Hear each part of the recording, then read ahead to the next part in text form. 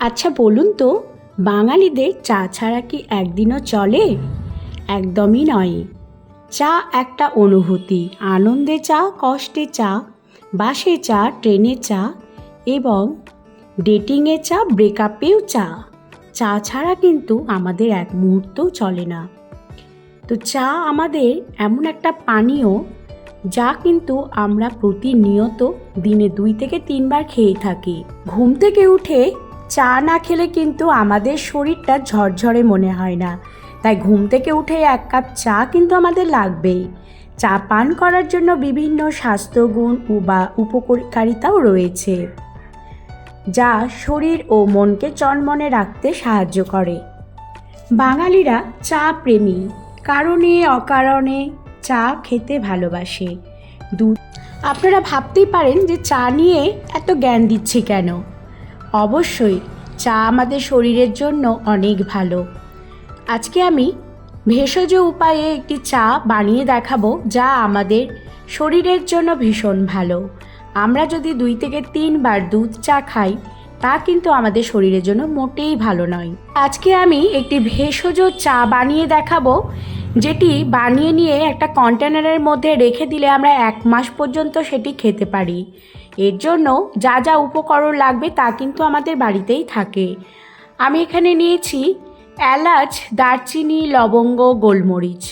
তার সাথে আমি এখানে নিয়েছি বেশ খানিকটা কারি পাতা। আমি এখানে শুকনো করে রাখা কারি পাতা নিয়েছি। আমি এখানে এলাচ, দারচিনি, লবঙ্গ সমস্ত কিছু খুব ভালো করে একটু থেতো করে নেব, কিংবা মিক্সিং গ্রাইন্ডারের মধ্যে দিয়ে গুঁড়ো করে নিলেও হবে। চা পান করলেই হবে না, এমন চা খেতে হবে যা আমাদের শরীর মন তরতাজা রাখে, তার সাথে আমাদের স্বাস্থ্যের জন্য ভীষণ উপকারে আসে। সেইভাবে চা বাড়িতেই কিন্তু আমরা রেডি করে কন্টেনারের মধ্যে তৈরি করে রেখে দিতে পারি। তো কারি পাতা আমাদের স্বাস্থ্যের জন্য ভীষণ ভালো। আমি এখানে নিয়ে নিলাম প্রায় 1 কাপ পরিমাণ গুঁড়ো শুকনো কারি পাতা। সমস্ত জিনিস কিন্তু খুব ভালো করে আমি এখানে গুঁড়ো করে নিয়েছি। ভেষজ চা তৈরি করার জন্য কিন্তু মেন উপকরণ চা পাতা কিন্তু লাগবেই। আমি এখানে টাটা গোল্ডের প্যাকেট থেকে নিয়ে নিলাম বেশ খানিকটা চা পাতা। আমি প্রায় হাফ চা পাতার মধ্যে ঢেলে নিলাম। 1 মাসের মতো তৈরি করব, তাই বেশি পরিমাণে নিয়েছি। এরপরে গুঁড়ো করে রাখা কারি পাতা, এলাচ, দারচিনি, লবঙ্গ, গোলমরিচ সমস্ত কিছু নিয়ে নিলাম। কারি পাতা শুধুমাত্র খাবারের স্বাদই বাড়ায় না, এটি পুষ্টিগুণে ভরা এবং এটি ভেষজ, যা আমাদের স্বাস্থ্যকে সুরক্ষিত রাখতে সাহায্য করে।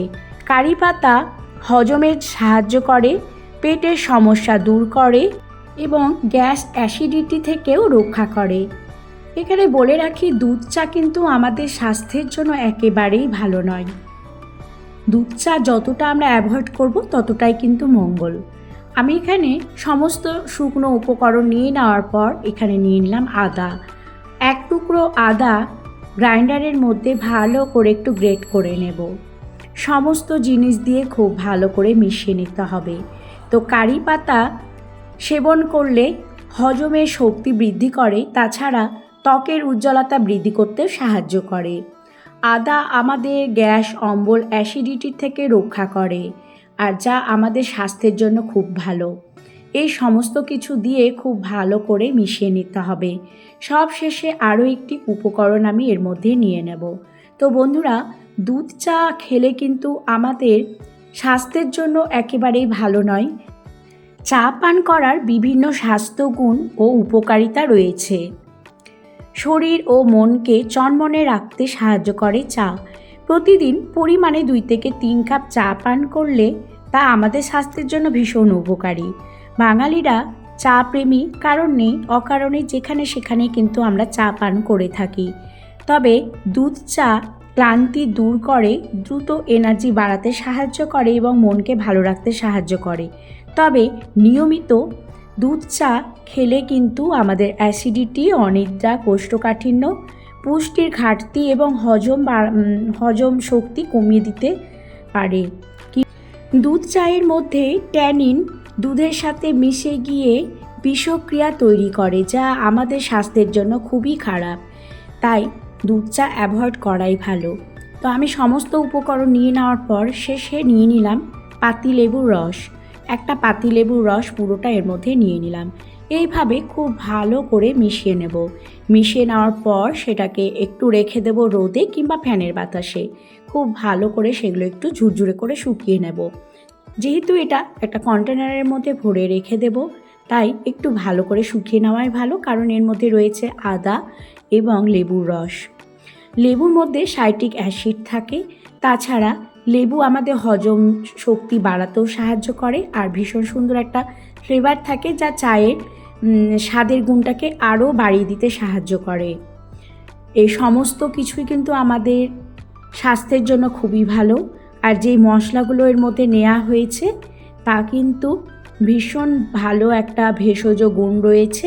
সমস্ত কিছুই আমাদের স্বাস্থ্যের জন্য ভালো। সর্দি, কাশি, কফ এগুলো থেকেও কিন্তু আমাদেরকে দূরে রাখবে। তাই এই ভেষজ উপায়ে চা তৈরি করে নিয়ে একটি কন্টেনারের মধ্যে ভালো করে রেখে দিতে হবে, আর 1 মাস পর্যন্ত ভালো থাকবে, খারাপ হবে না। এই চা দিনে 2 থেকে 3 বার আমরা পান করতে পারি। আর এই চা খেলে আমাদের শরীরে হজমের যে সমস্যাগুলো থাকে সেগুলোও কিন্তু দিন দিন আমাদের শরীর থেকে একেবারেই নির্মূল হয়ে যাবে। দুধ চা খেলে আমাদের শরীর যে সমস্যাগুলো হয়, আমাদের শরীরে টক্সিনের মাত্রাও কিন্তু বেড়ে যায়। তাই এই 2 থেকে 3 বার এই চা খেলে কিন্তু আপনারা বুঝতে পারবেন যে আমাদের শরীরে টক্সিনের পরিমাণটাও কমে যাচ্ছে, আর আমাদের শরীরটা একেবারে হালকা এবং ঝরঝরে হয়ে উঠছে। ভালো করে জলটাকে ফুটিয়ে নেওয়ার পর এখানে 1/2 চামচ পরিমাণ এই ভেষজ চা দিলাম, নিয়ে খুব ভালো করে ফুটিয়ে নিলাম। এখানে বলে রাখি, আমি কিন্তু এখানে চিনি দেব না। কেউ যদি মনে করে যে চিনি ছাড়া খেতে পারবে না, তারা সামান্য একটু চিনি কিন্তু অ্যাড করে নিতে পারে।